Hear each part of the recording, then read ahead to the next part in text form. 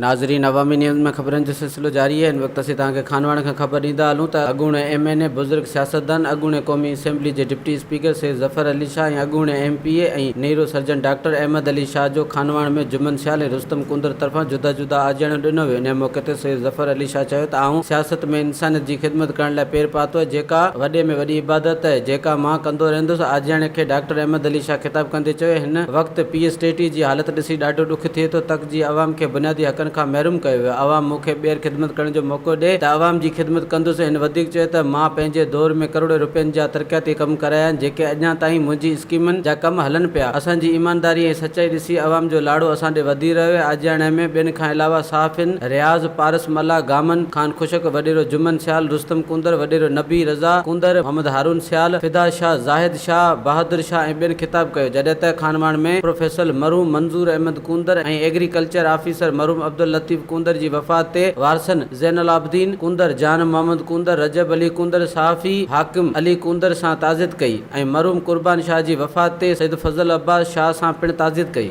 वधीक ख़बरनि ऐं तफ़सील लाइ विज़िट कयो अवामी news Facebook page, YouTube page ऐं अवामी न्यूज़ वेब